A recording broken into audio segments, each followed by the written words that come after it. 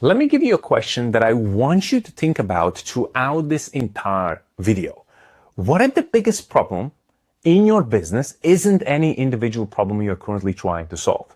What if the real problem is the way you are thinking about your own business itself?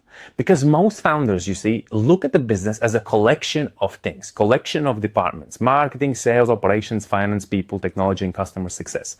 They see 7 different areas.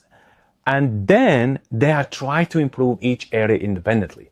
But that's not how a real enterprise works. A business isn't a collection of departments. It's a system of interconnected systems. And once you understand that, you start seeing business completely differently. Because suddenly the problem you are experiencing don't look random anymore. They start looking like actual outputs produced by systems. And that's where system thinking becomes one of the most important capabilities a CEO can develop. I want you to look at your business not as individual systems inside of your business. I want to look at it like all of the systems are working as one connected system that produces one living organism. The same inside of your body. You don't have a separate liver that is separate from your body. Your liver is inside of your body. It works together. If one organ inside of your body shuts down, the entire system shuts down. I want you to look at your business exactly the same way, because this type of thinking completely changed the way I look at my business, scale my business, and most importantly, think about my business. And so in this entire video, I want to share something with you that completely will change the direction and the future of your business. This is all about CEO thinking systems. I want to start with something really important, which is the first shift as a CEO in your own company. You should stop seeing just events happening. You should start not looking at the surface, but at the actual depth of what caused that specific event to occur. Because whatever caused that specific event to occur is the actual root cause of that event occurring. And we should be focusing in the depth, not just the surface itself. And so most of the times what I see with a lot of businesses is that the CEO, because maybe it's not matured, maybe it's just a brand new wannabe CEO, hasn't been a CEO, doesn't know what a CEO really means, doesn't even know what a CEO stands for, not the title itself, but what their actual operational daily interaction with the business actually stand for. It becomes really difficult for them to realize what is the main role of a CEO. So the main role of a CEO, and this is just going a little bit off the topic, is to really function in a way that helps business to solve future problems before future problems have actually occurred. And in order for us to do this, we cannot look just at events according as events and then trying to solve that event that actually occurred. We need to look at the actual what caused that specific event to occur. Okay, and then once you identify the depth of what actually caused, which system produced this outcome, we focus on solving the system rather than just tackling the actual outcome. Let's start with something really simple. Imagine one customer is complaining. You might say to yourself, we have a difficult customer. And difficult customers, yes, they happen. Everybody has gotten a difficult customer. But imagine if you have 20, 30, 40, 50 customers complaining about exactly the same thing. Now you have a pattern. Now you have a much larger, deeper problem than just actual one customer. And now it's not just an event, it becomes a systematic problem with the system that produces that outcome. Imagine one salesperson struggles. Maybe that's an individual problem. Salespeople sometimes do struggle. It could be a training problem. It could be process problem. It could be placement problem. But it also could be the salesperson's problem. But however, if every salesperson struggles, then it becomes the training, then it becomes the scripts, then it becomes the placement, then it becomes the processes, the decision making, and how they make decisions. Then it becomes mostly the training, the placement, the coaching, and ramping them into a KPI problem. Now that means you have a systems problem. One employee makes mistakes, which will happen in the business. That's an event. If the same mistake keeps happening, that's a training problem. That could be, again, placement problem, process problem. It could be a lot of other things. And patterns are really extremely valuable because patterns reveal the architecture of your business. It really shows in the depth of what's happening inside of your business. Your business is constantly producing evidence about itself. It shows you what you need to know about the business, what you are not knowing about the business, what you should know about the business, what you should think about the business, and where the business should be, right? It consistently gives you evidence. You may want to take your business to 10, 20, 30 million a year, and your business will show you the revenue you currently are making. And the revenue you currently are making has been designed by your business. So the question sometimes becomes like, how can I get to the 10 million? So you need to design a business that is capable of getting to 10 million. And sometimes the biggest bottlenecks is not just the ads itself. It's not just increasing the leads, increasing the revenue. It's actually increasing the capabilities of your business. It's actually coming down to one thing, understanding that it's how you have designed your business. That main design is what attracts the outcome currently that you are getting. So your business is consistently producing evidence about itself. The problem is that most founders look at each event independently. So a customer complains and they may walk in and handle it. An employee quits, they replace them. A deal doesn't close, they train a salesperson. A project is late, they push the team harder. Cash gets tighter, they cut expenses. And then they keep moving on like this. And what they are doing in this case scenario, when we move like this, when we operate like this from this type of place of just taking out fires, we are conditioning ourselves to be consistently operating like that. So, but a systems thinker stops and asks one simple question. This is the CEO level type that stops and mostly thinks about systems and the architecture of the business. They ask, why does my organization keep producing this outcome? Because every outcome is not a random outcome. Every outcome is produced by some type of system. Once you identify the system, you identify the bottleneck. Once you have identified the bottleneck, you can solve the bottleneck and you can move on to the next level of growth. And that's a completely different question. And it leads to completely different type of CEO that understands the business completely different than just random events, according events, and just firefighting. The CEO's job is not to know everything, is another big thing. There's another misconception I want to destroy. Sometimes we think that the CEO, the founder, he should know everything about his company. He should know everything about his employees. He should know everything about every single operation. He should know how to grow the business. He should have all the answers. A CEO does not need to know everything happening inside the company. In fact, as the company gets larger, trying to know everything becomes a liability. It may work when the business was smaller, but by trying to do that when it gets bigger, you will be the main limiting factor that limits the business growth. Your job isn't personally control every activity. Your job is to understand the architecture that produces every activity inside of your business. Your job is no longer to be the bricklayer and to wake up and go and just activity, more hours invested. As a CEO, your only job is to understand what systems are producing those activities and how well designed those outcomes are. So think about an airplane. The pilot doesn't personally control every bolt in the aircraft. They don't manually adjust every component. They operate through an infrastructure, an instrumental system. They understand the altitude, speed, fuel, direction, and weather, and engine performance and warnings. These are all signals, right? Speed is a signal, fuel is a signal, direction is a signal, weather is a signal, engine performance is a signal, warning is a signal, right? These are just signals. They don't need to physically touch every component to control the aircraft. So they mostly understand the design of it and they understand exactly what produces what. Business should work exactly the same way. The CEO needs an executive view of a system, not an obsession with every transaction.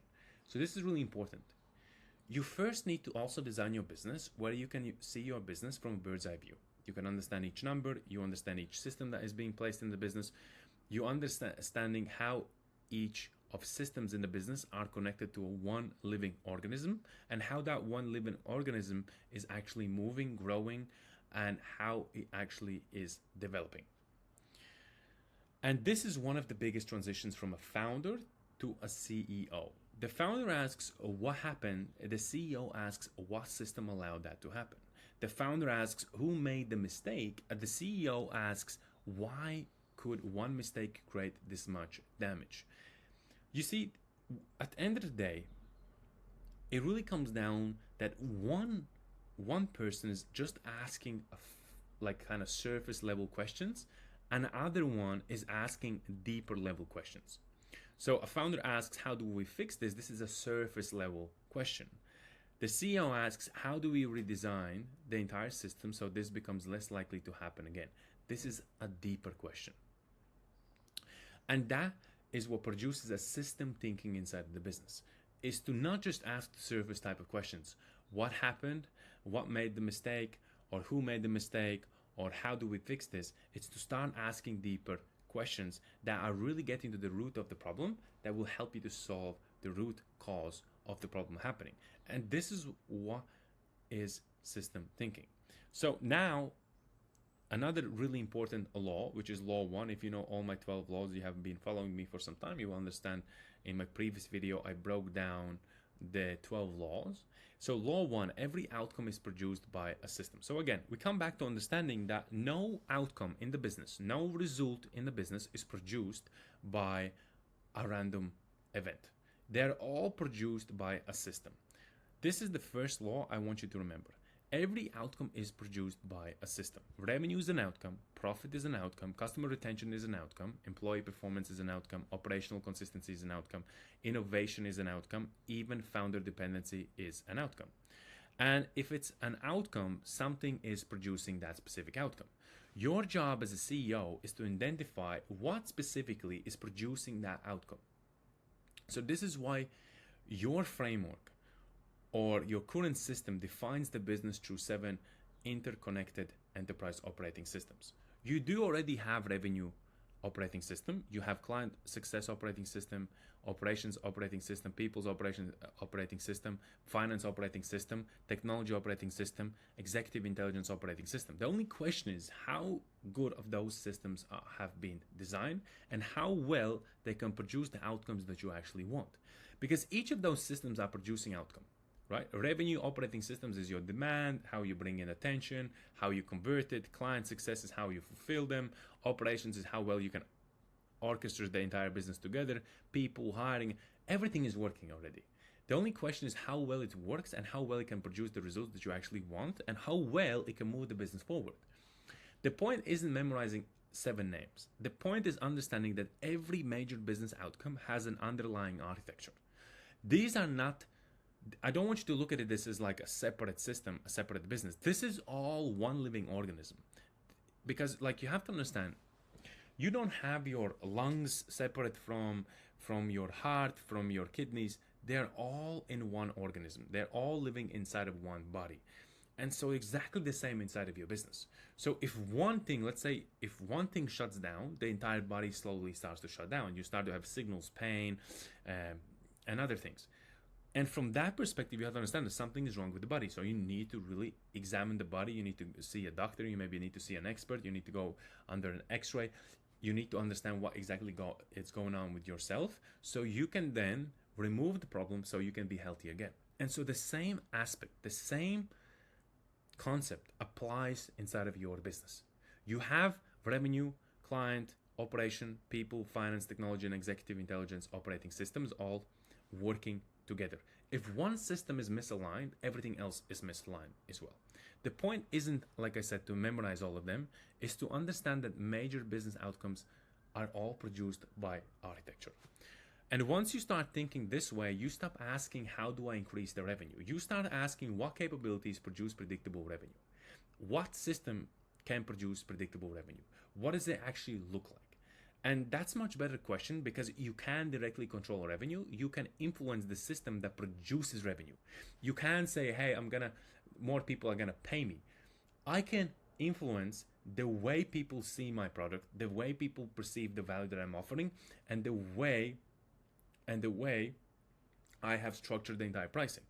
That's how I can influence how much I get paid. You cannot necessarily get more money, but you can influence everything else that leads you to getting more money. And so the same works with your client success, not only revenue, client success, operations, people, finance, technology, and executive intelligence as well. So give you a revenue example. Let's say your company has a plateau at 2 million a year. Most founders say we need more leads currently because that's what we need. So they increase the advertising. But what if demand isn't actually the main constraint? What if you are generating enough opportunities, but your qualification is really poor? or your sales process is inconsistent, or your offer isn't positioned correctly, or your salespeople can't convert, or your pipeline isn't being managed, or your acquisition economics don't work. What then? You see, your revenue hasn't told you the answer. Revenue is simply telling you the output. Revenue is telling you that, hey, this is the result we currently are getting.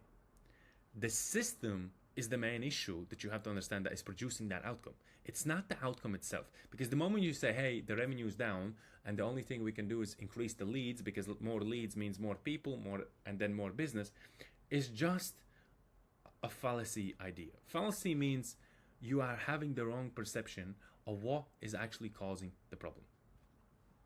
So that's why the revenue operating system in your architecture is built around marketing intelligence, positioning, demand engineering, conversion engineering, and revenue intelligence. Now the CEO can ask, is demand predictable? Is qualification consistent? Where does the throughput slow down? What capability is currently acting as the constraint? From these questions, now you start to really understand exactly what is causing the problem. Because if we have demands coming in predictably, we have qualified people, I don't need to get more leads.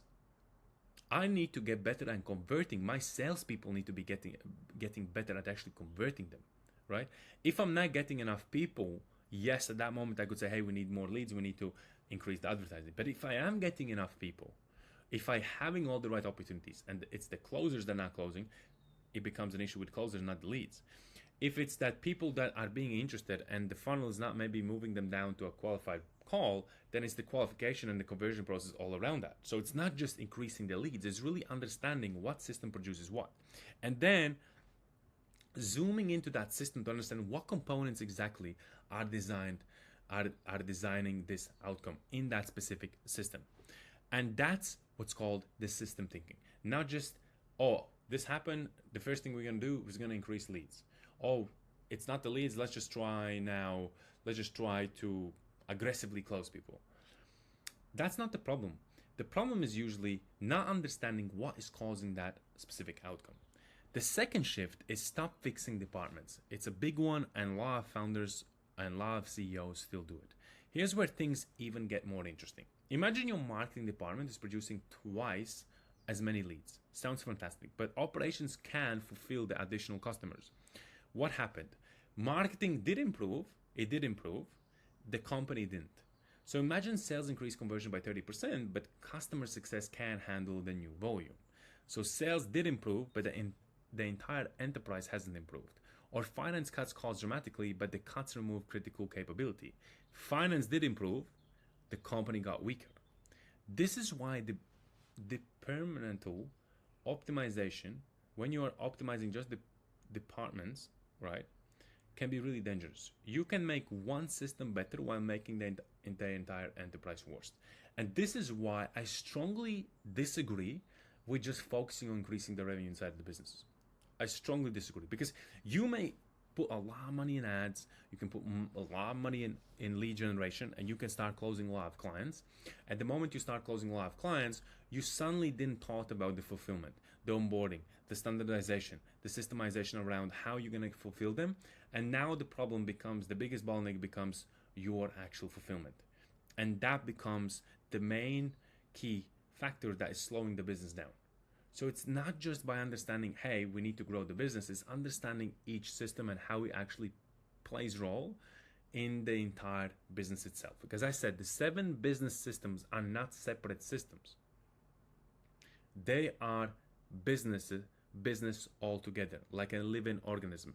And so you have to understand the independent systems in order for you to really understand how the entire body moves together. So this is why, like again I said, departmental optimization can be really dangerous. You can make one system better while making the entire enterprise worse, because the systems are connected. Your own architecture describes the enterprise as a network rather than a linear actual pipeline. Revenue affects client success, because if you increase more clients, it really becomes how well you actually can fulfill them. Client success generates learning, learning improves systems improve execution improves outcomes improve retention strengthens the financial capacity funds capability, and capability strengthens the revenue. That is a flywheel.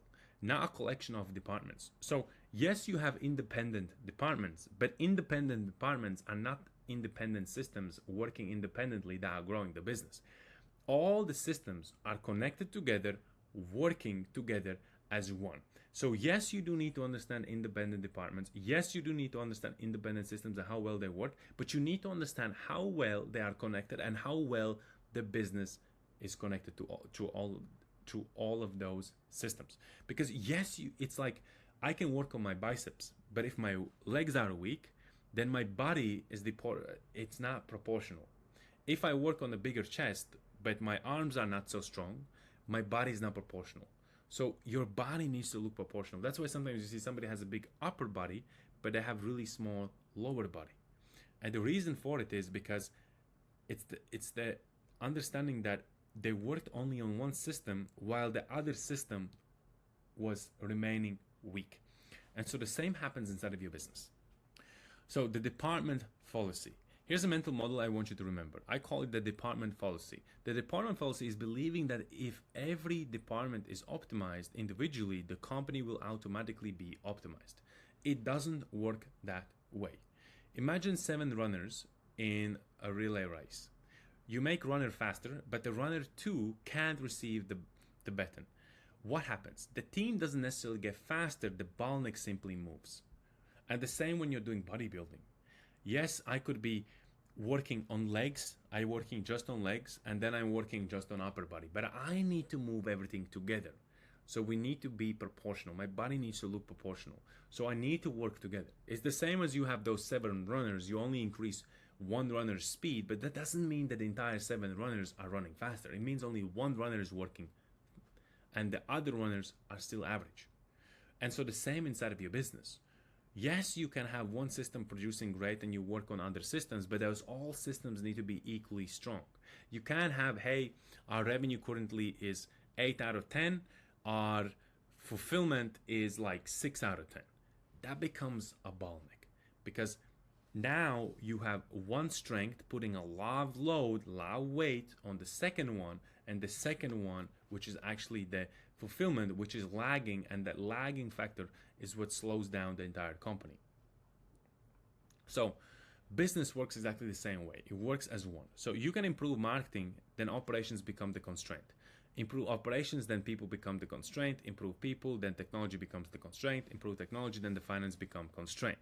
Growth is a continuous interaction between capabilities. That's why CEOs need to think about the whole system, not just a one department. Law 2, the enterprise is only as strong as its constraint. And in this second law, you need to understand that the enterprise is constrained by its limiting capability. You can have incredible demand, best ads, best converting funnel, but if you can't fulfill customers, demand becomes a liability. Okay? Because it's not only about getting enough people in, it's also serving those people. And so if you have a great demand, great way of getting clients in, but you can't serve them, then it becomes a big problem. You can have brilliant employees, but if your systems are broken, their capability gets wasted. Their potential, reaching their full potential, gets wasted. It's like you can hire all A players, but if your systems don't allow them to reach their full potential, their potential becomes wasted. And you can have enormous cash reserves, but if leadership can allocate capital intelligently, money doesn't automatically create value. Because yes, you can have a lot of money, but money doesn't necessarily solve your problems. Money is a tool that could solve your problems if you know how to use it. So like, let's say I have 3 million in debt, okay? And I receive 5 million. Now, I could pay the debt back. I could use more moves. I could do a lot of things to pay the debt back. But if I spend something, if I spend the 5 million, then I still have $3 million debt. I got the money, but I allocated it wrongly. And the same happens in the business. Most of the times people have the money to do it, but they just have a location of that money specifically in the wrong place. Their budgeting maybe not fitting their specific profile or where they want to go, or their specific allocation of that budget is being allocated in the wrong place, which doesn't give the biggest leverage for business to grow. This is why it's really important to understand that it's not only dependent on one thing, it's how everything works together. This is why I want you to stop asking, what should we improve? Because that's really a broad question. And I want you to ask yourself, what is currently limiting the entire enterprise? That's the big CEO question. Let's talk about the pipe.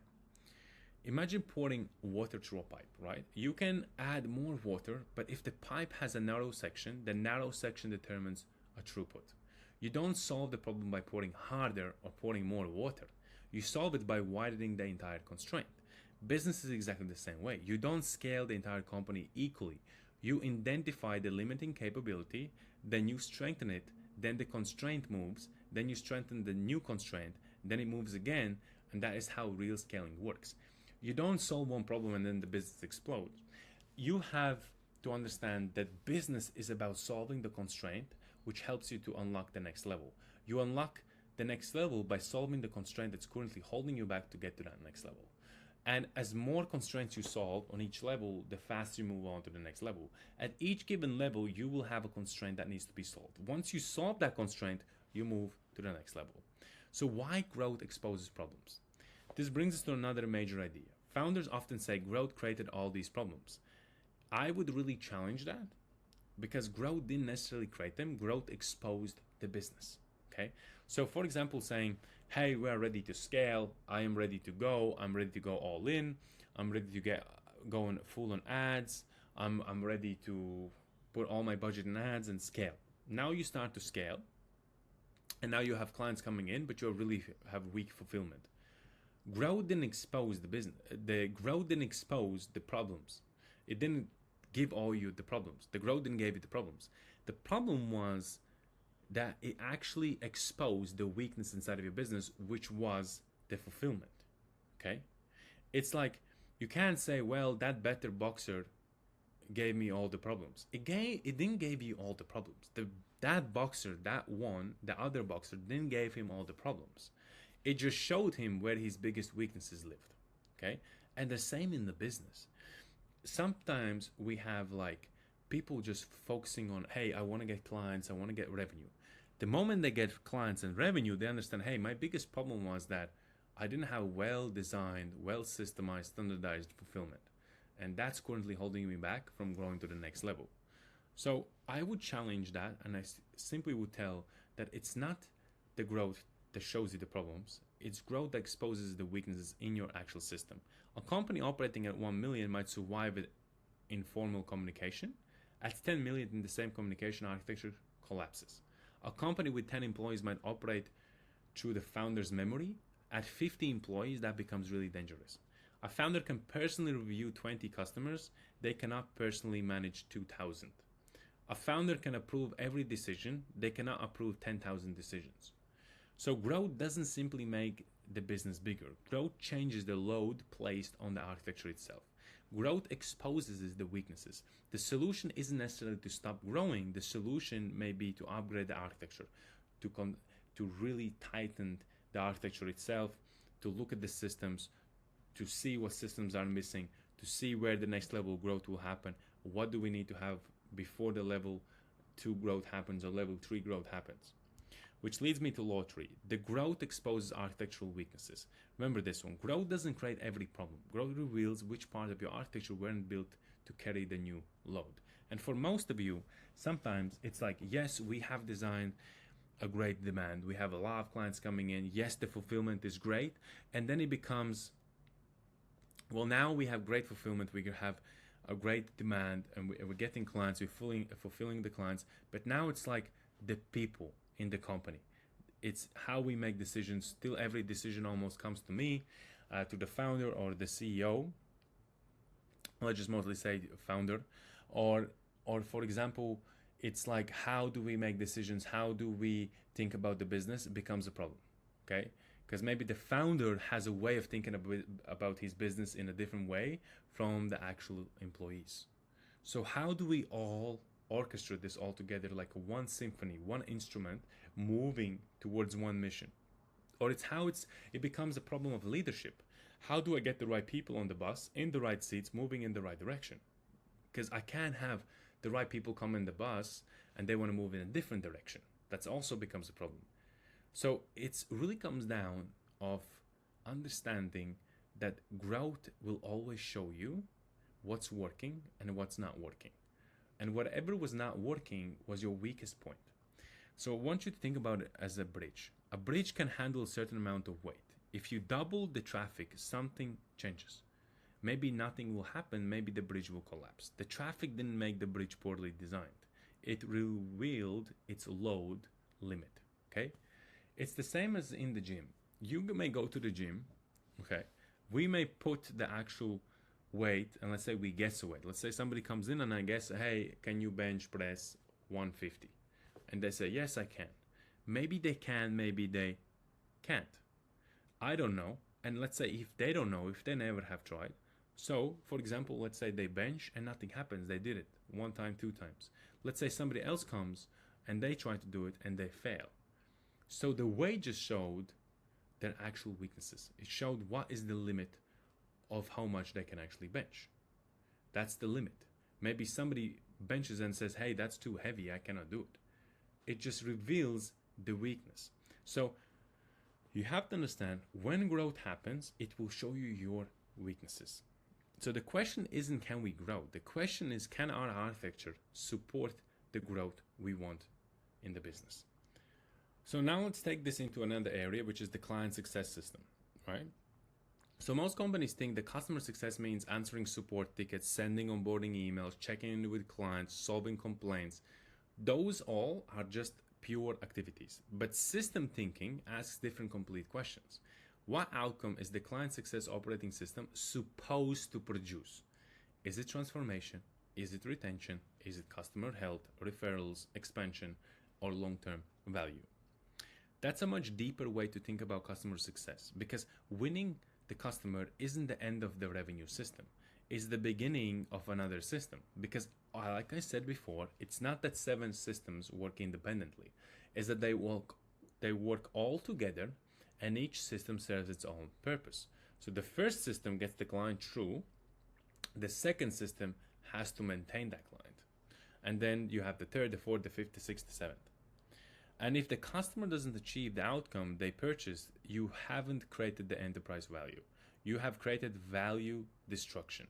That's why the framework makes really important distinction here, okay? Support is reactive, client success is proactive, support solves problems. Client success engineers outcomes. It's 2 different things. Is you could have, hey, client support, and client comes in and we support them, we help them and everything else. Or is it that your entire client success system should produce a transformational result for them?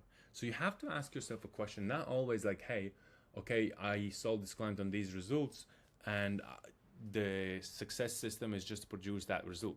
Sometimes it's like, what is the long term? What do you want in the long term? Do you want to keep that client? Do you want it to bring you more clients? Do you want to just transform them and let them go? Or do you want something more from that client? And that question is really important. Because that question itself, if you say, no, I want them to give me 2 more referrals. I want them to give me a referral so I can grow business and everything else. Well, then you'll have to design the system in such a way where you get those referrals. And that's what's called the system thinking. When you are re-engineering from the moment of the end result to when the client comes in. Not from when the client comes in to where they want to go, but from where you want that client to be when they finish what they give you to the moment when they actually step in. So you re-engineer, going from back to front. So the operations system. Now think about operations. Most founders see operations as SOPs, checklists, project management, and process documentation, but those are all just tools. The actual question is, how does this company produce consistent execution at increasing scale? Imagine buying a luxury watch. You don't want to buy the watch that works only 80% of the time. You expect consistently the quality and the consistency. Every customer, every day, and every market. That's what an operating system is supposed to actually create. Predictability, not perfection, but predictability. Predictability really matters. If the outcome depends on someone's memory, you don't have a system. If the outcome depends on someone being exceptional, you don't have a scalable system. If every new employee needs to ask 5 people how something works, you have an organizational friction. System thinking asks, what is the desired output? What capabilities produce it? What variables affect quality? Where can variation occur? How do we detect failure? And how do we improve the entire process? And that's how execution becomes engineered. Most importantly, like if I have to put this into a nutshell, it comes down to asking the right questions inside of your business, about your systems, and everything else. And sometimes I have understood that great CEOs get really good at asking themselves and their business really great questions. Not just like surface level questions like, hey, what is the problem, or or for example, what is the issue, or why it's not working, or who made the mistake, or why that client is complaining. It's like you start to go deeper. What caused that client to fail? What caused the employee to not succeed? What caused the closer to not close? And then when you get into the actual cause, not the actual just the surface level problem, but the actual root cause of the problem, you start to understand that, hey, it's not actually the employee or the closer or the client, it's the systems. Which leads me to the next one, which is the people system. Now let's go even a little bit deeper. Let's say a founder says, I need better people. That's often too simplistic, and I hear this a lot of times. It's like you hire somebody because you were really desperate to hire somebody, you hire them, and then let's say they don't work out in the next month, and then you say, well, that guy wasn't an A player. Maybe so, but maybe also you have to look at the reality and say, I didn't have the right systems to place that employee in so we can actually succeed. And here's the difference. A CEO asks what organizational system produces high performance. Because putting a talented people into a dysfunctional organization doesn't automatically create performance. You need recruiting, role architecture, performance management, leadership development, accountability, culture, training, career progression, decision rights, and incentives. People create organizational capabilities, but organizational capability isn't the same thing as individual talent. This is one of the most important distinctions you can actually make. One exceptional employee can save a broken system, but you can't build an enterprise that depends on heroes. Because the moment that person moves away, the business just collapses. At some point, the system has to become stronger than the individual himself. So when leadership becomes architecture, when knowledge becomes institutional, growth stops depending on heroes and starts depending on organization itself. And that's the transition from a founder-led business to an enterprise. An enterprise is in control of managing the people and the result and designing the outcomes. A founder-led business has everybody responsible for those outcomes, not the systems. Which leads me to something really important, which is the finance system. Now let's change a little bit here dynamic. Let's challenge another belief. What is really finance for? And most of you say accounting, taxes, payroll, invoice reporting, those are just activities, right? Hey, just paying bills, and it's also for reinvesting. Okay, they're not the fundamental purpose. Finance exists to help the enterprise allocate scarce resources toward the next highest value opportunities.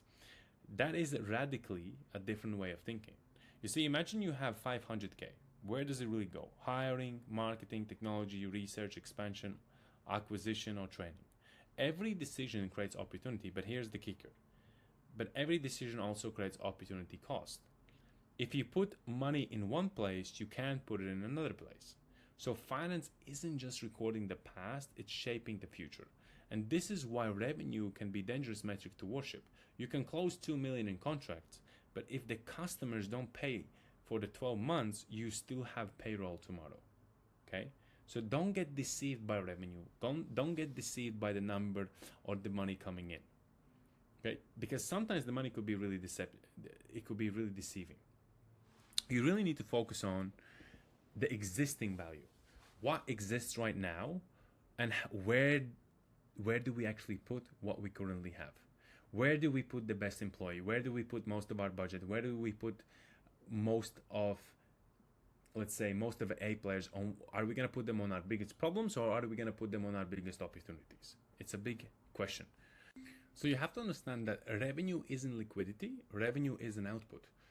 Yes, you can have 2 million in contract sitting, which is the potential revenue that we could be getting.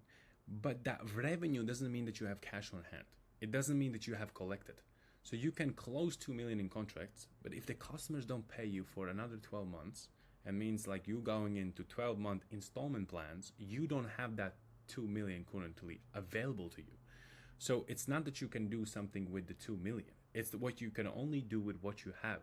So you have to understand that revenue isn't liquidity, revenue is an output.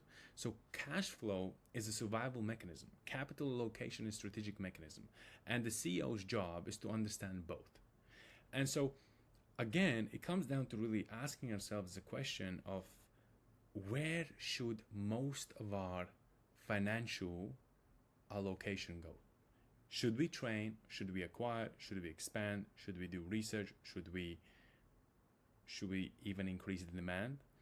And again, it comes down to understanding more values. Where should our biggest resources, biggest values should go to? Because if you have A players, the big question becomes, should our A players be solving our biggest problems, or should they be focusing on the biggest opportunities? Because those are really valuable questions to ask yourself. Because one is putting the A player on a problem, another one is putting him on an opportunity. And opportunities sometimes are way more valuable to the company than solving its coding problems. And it's not only with acquisition and not only with money and not only with expansion research, it always comes down to the question is what we should do with what we currently have. Which leads me to the next one, which is the technology system. Now let's talk about technology itself. And this is really important because a lot of organizations, a lot of businesses, a lot of founders, a lot of CEOs use technology. A lot of businesses believe that technology creates advantages. It does create advantage, but software alone isn't the advantage itself. It's usually the architecture. It's like if you don't have, just to give you a good example and a good concept, let's say I have two cars. One is a race car and one is an average car. And let's say I want to put NOS, nitro oxygen, in one of those cars to like boost the entire speed. Let's say I put in a race car. Yes, the race car can handle it. I can push the nitro and I can boost the entire speed. Let's say I put in a car where the engine is small. It probably cannot handle the nitro, but I place it in anyway. So what ends up happening, I place technology in there that could boost the car, but with the wrong architecture, with the wrong engine, I explode the entire car itself. And this exactly the same applies in business. Imagine two companies, both use Hotspot, both use ClickUp, both use Slack, both use AI, both have dashboards. Company A, sales manually, updates the CRM, operations manually create projects, finance manually generates invoices, leadership manually creates reports. Nobody trusts the data. People constantly ask where information lives. Now let's say company B. The deal closes, the delivery project is automatically created, the invoice is triggered, customer health updates, dashboard refreshes, meeting transformation becomes searchable, leadership can see the business, same software, different architecture, completely different enterprise capability. That is the difference between buying a technology and engineering the entire infrastructure. I can buy the nitro, but does my car allow me to have nitro? Does it allow me to have NOS? Will it actually help me, or will it actually will be just an add-on that kills me? And the same with technology. It's like when you're buying technology and when you're investing in technology, your big question is like, will it actually help us? Does our business support this type of technology? Are we at the stage where we can implement it and it will make our lives easier and better? Or will it be that we are just adding more things as shiny objects? Which leads me to the law 4, which is technology is a multiplier, not a substitute for architecture. If your process is broken, technology can automate the broken process. If your data is wrong, technology can distribute wrong information faster. If your decision making is poor, AI can help you to make poor decisions faster. Technology is the multiplier or amplifier. So before you ask what software should we buy, ask what capability are we trying to create here? And then ask yourself these 4 questions. What information does the capability require? What workflow produces it? What decisions depend on it? And what should be automated? Now you're thinking like an actual architect, not just somebody that wants to get technology inside the business. You're asking the purpose of that technology and what purpose is it going to serve to the business.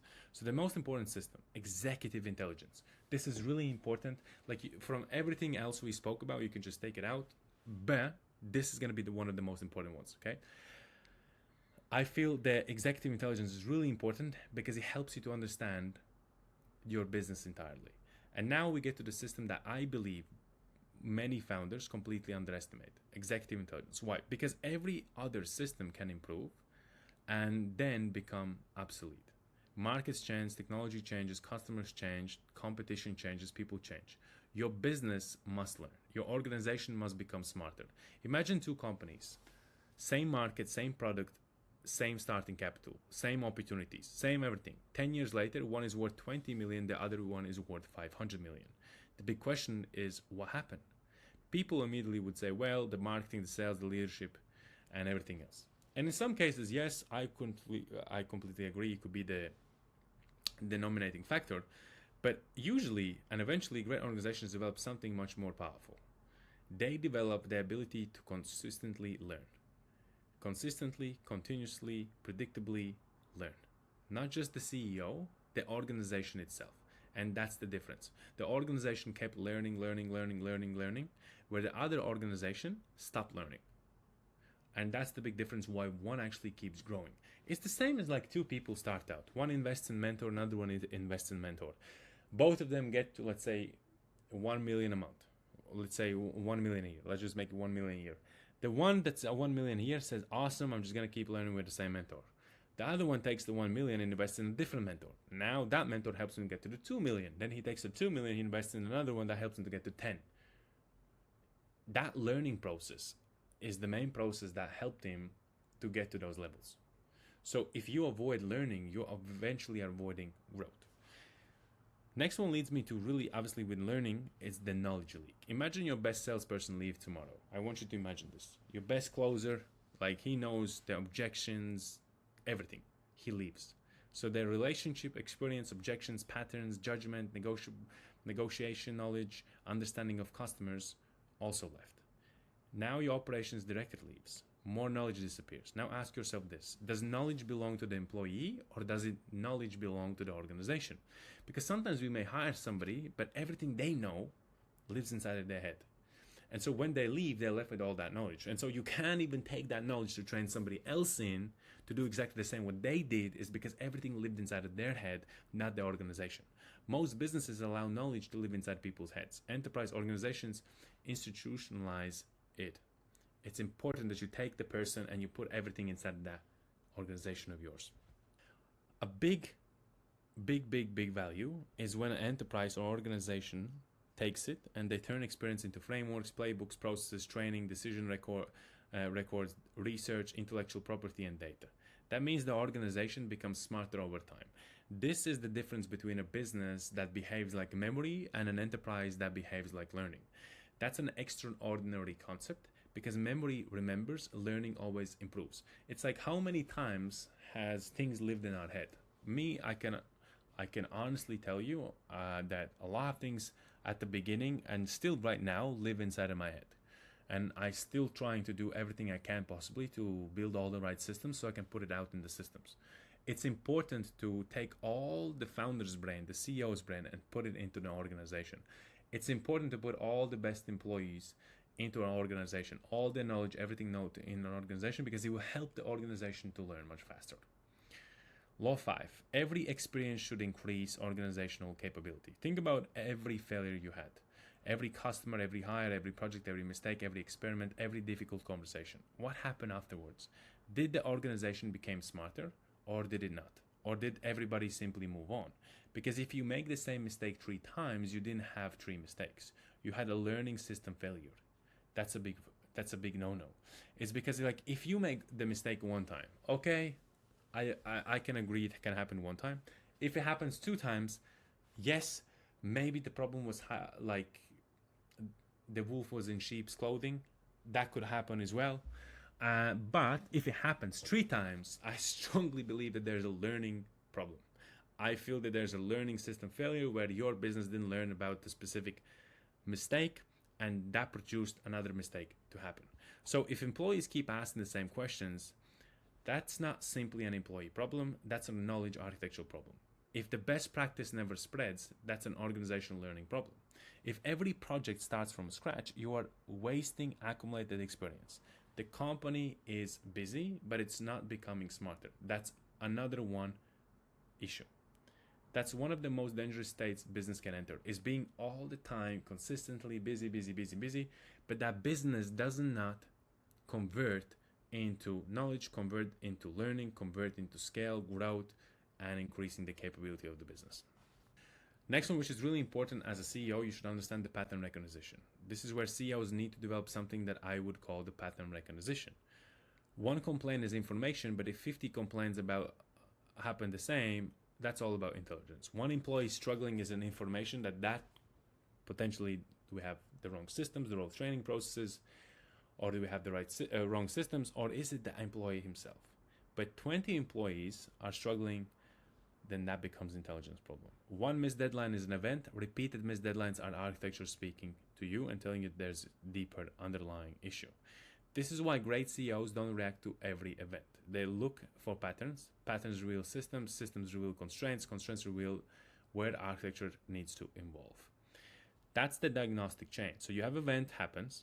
You see if it's a pattern. Then it's a system, constraint, and architectural change. If yes, event can happen one time and it's not a pattern, yes, that could also happen. But if you have the same events happening all the time, it becomes a pattern. There's this underlying issue with the system becomes the constraint, and that's where the architectural change needs to take place. And that is one of the most important mental models that you can have inside of your business when you start to think like this, instead of just, hey, event happened. So the CEO diagnostic loop. So how do you actually apply system thinking? I would use 5-stage loop: observe, diagnose, redesign, measure, learn, and then repeat. First is observe reality without immediately reacting.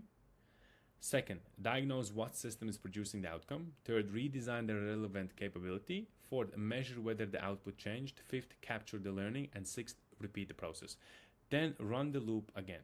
And that creates company that learns continuously. So first one is observe. Most leaders don't actually observe, they interpret. Let's say somebody says, hey, we need more leads, and the CEO immediately agrees. Why? Because they skipped the observation process. Instead, ask how many qualified opportunities are currently entering, what percentage is converting, where does pipeline velocity slow down, what's the capacity of sales, what is the capacity of delivery, what does the data actually tell us. Observation separates the reality from actual narrative, because sometimes, yes, you may get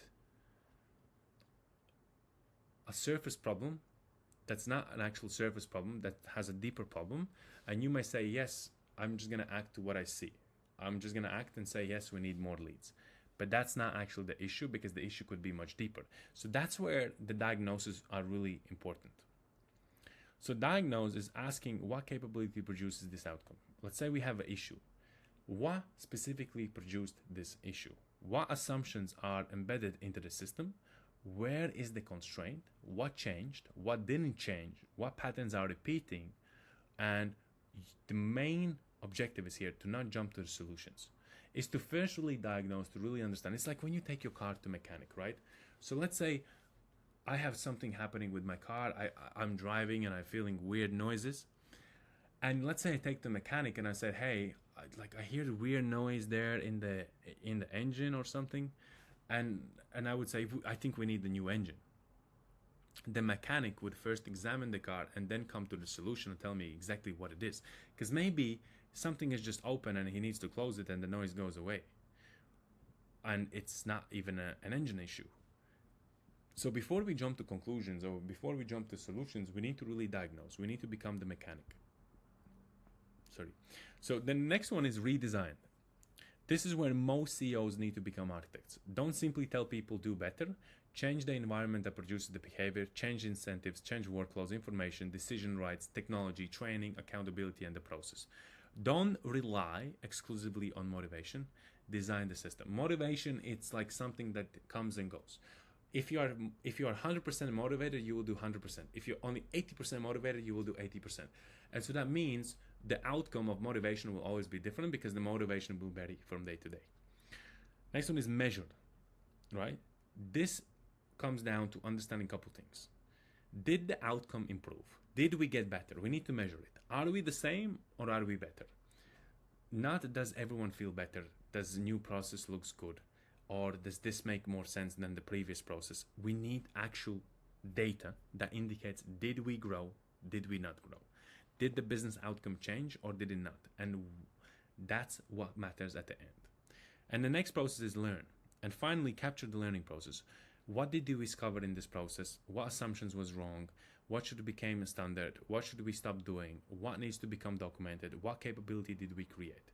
And that's how experience becomes organizational intelligence. It's not jumping to the gun quickly. It's not doing things quickly inside of the business.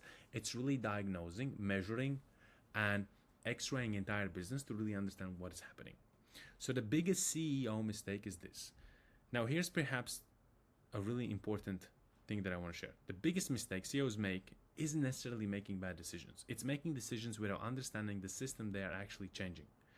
You can change compensation and accidentally destroy the culture. You can increase marketing and overload operations. You can cut costs and destroy capability. You can hire aggressively and destroy cash flow. You can introduce technology and create complexities. Every intervention has second order effects. That is system thinking. Don't think about the first effect. Sometimes it's like, hey, let's increase ads, and the right thing to do is currently increase the leads, increase the ad spend, and let's just more clients. The second order effect is what happens with our fulfillment. Third effect is what happens with capital allocation. And the more you can think, the farther you can think, the better your organization will get. You don't only ask what happens if we do this, you ask what else changes if we actually do this, and then what happens after that. That's where executive thinking becomes much deeper. So first order versus second order thinking. First order thinking says we need more salespeople. Second order thinking says if we hire 10 salespeople, what happens to the management capacity? Then can management train them? Can operations handle the customer? Can finance fund their hiring period? Can technology support the volume? Can customer success observe the new demand? Will quality fail? These are really important questions. A lot of CEOs, a lot of founders don't ask these questions. They're like, hey, we need to hire somebody. We just go out in the marketplace. Let's just throw in an ad in the on LinkedIn, and let's just get somebody. They get somebody in, and then they realize, well, we didn't have the right training process. They're not getting into KPI. Now I need to extend their time here until they produce results. And so now you need to pay them. And then it's like, well, we are spending a lot of money. I cannot actually afford them, and it becomes a problem. So you have to understand before you do something, there's first order versus second order thinking. Because there's the first result you're going to get, the second result, the third, the fourth, the fifth, the sixth, the seventh. The longer you can think throughout like say you think result 1, 2, 3, 4, 5, 6, the better you will get at making better decisions inside of your company. Next one, the enterprise as a living organism. I already mentioned this. It's like you don't have 7 separate systems. You have 7 systems living in one. I want you to stop seeing your business as an actual spreadsheet. Start seeing it as a living organism. Okay, revenue is one function, client success is another, operations is another, people is another, finance is another, technology is another, executive intelligence is another. But they are not independent. They just exchange information. They are all connected. They exchange resources. They create feedback. They create constraints. They strengthen one another, or they weaken one another. There is one enterprise, one living organism, one architecture, and the 7 operating systems simply describe how the organism actually functions. It's like I already said to you, it's like your body. You have many organs inside of your body. That doesn't mean that the organs are separate from your body. They are still inside of your body. Those organs also determine how your body will feel, how you will feel, and how you will execute, and how you will carry yourself throughout the day. If one of those organs fails, the entire system starts to slowly fail. So you need to have everything strengthened in order for everything to work together. So the 3 questions. From now on, whenever you're looking at any part of your business, ask 3 questions. 1 question, the first one. What output does this system produce? If you can't answer that, you don't understand the system. Question 2. What capabilities produce that output? Now you're going deeper. Question 3. What constraints limiting that output? Now you're thinking like an actual architect inside of your business. Those 3 questions can diagnose almost anything. Revenue, delivery, hiring, finance, technology, leadership, customer success, and everything else. Now let's talk about the CEO dashboard. I know the executive dashboard is important, but the CEO dashboard for me personally as a CEO in my own company, as a founder, is way more important, because this is something that shows me the entire health of the business, shows me what's delayed, what's not delayed, what's running behind the schedule, what deadlines need to be met, what's overdue, what do we need to focus on, what's happening in each department. Now, imagine your executive dashboard, not 50 pages, not some simple metrics, but questions like, can we predict revenue? Can we deliver consistently? How quickly do customers achieve value? Where is customer health deteriorating? Where is the organization dependent on individuals? Where is capital being allocated? Where is technology creating friction? What did the organization learn this month? Which assumptions were wrong?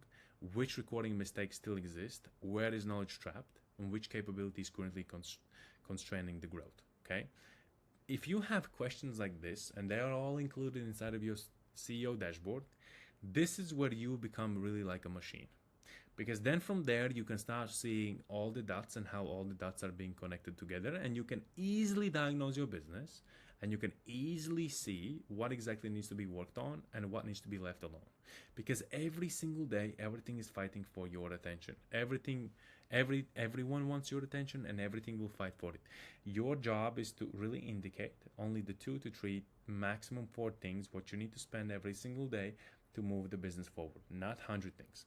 And so these become your CEO questions that your dashboard should answer. They are not activity questions, they're architecture questions. These 12 questions should be inside of your CRM. If you don't have them, pause this video, write them down, get them inside of your CRM or in your dashboard, and this dashboard itself will serve you as an actual future for your company. So the founder to CEO transition. Couple things. A CEO is completely different from a founder, right? And the transition is completely different because like I said before, it's not only that founder and CEO have different roles. A founder completely thinks differently about his business than a CEO, okay? Because a chief executive officer performs completely different than founder. Founder thinking asks, what do I need to do? CEO asks, what needs to be true? Founder thinks, what can solve this? CEO thinks, what system should solve this? Founder thinks, how do I get more customers? Where the CEO is, what architecture creates predictable demand and profitable conversion? Founder asks, how do I motivate my team? When a CEO asks, what environment produces high performance? Founder thinking asks, how do I stop this mistake from happening again? CEO asks, how do I make this mistake less likely to occur again in the future? That's the shift. It's not only the questions, it's about how we approach the business itself. When you ask these questions, you will have completely different approach to your business, and you will have completely different way of looking at your business. So the final law. And here's the final law I want you to remember, okay? The CEO's job is to not become the smartest person solving problems inside the company. The CEO's job is to build an organization capable of solving problems without requiring the CEO. That's leverage. If every important decision comes back to you, you haven't built an organizational capability. You have built dependency. If every problem requires your intervention, you haven't built an operating system. You built yourself into operating system. And that's why founder dependency is so dangerous, because the company cannot become larger than the cognitive and decision-making capacity of the person that everything is depending on. So the final CEO reflection. So I want you to do something after this video. After you watch this, take a blank sheet of paper, write down the 7 systems: revenue, client success, operations, people, finance, technology, and executive intelligence. Then ask yourself, which one is currently weakest? Not which one is the most exciting, which one is actually limiting the enterprise. Then ask yourself these 10 questions. What outcome is it currently producing? What patterns am I seeing? What capabilities create those outcomes? Matter of fact, you can actually pause this video and write this all down. Where is the constraint? What happens if revenue doubles? What breaks first? Where am I personally acting as a system? Where is knowledge trapped inside of individuals? Where are we repeating mistakes? Where are we measuring activity instead of outcome? And finally, if I disappear from this company for 90 days, what would stop working? Don't be embarrassed by the answer you have to give. That's the answer that you need to see, because that answer is diagnostic information that will tell you exactly where the architecture still depends on you and what needs to change. If you enjoy this video, if you received massive amounts of value, because obviously each of my docs that is tailored, they're tailored specifically to give you the best information, the fastest information that you need to have in order for you to actually scale your business. Subscribe to my channel, like it, comment down below with anything else I can help you with. I will make sure I can help you. Subscribe to the channel. Also hit the notification bell, because I release new content like this twice a week, walking you through systems, infrastructure, architecture, different operating systems that you need to have inside of your business so you can predictably scale your business and get an actual valuation.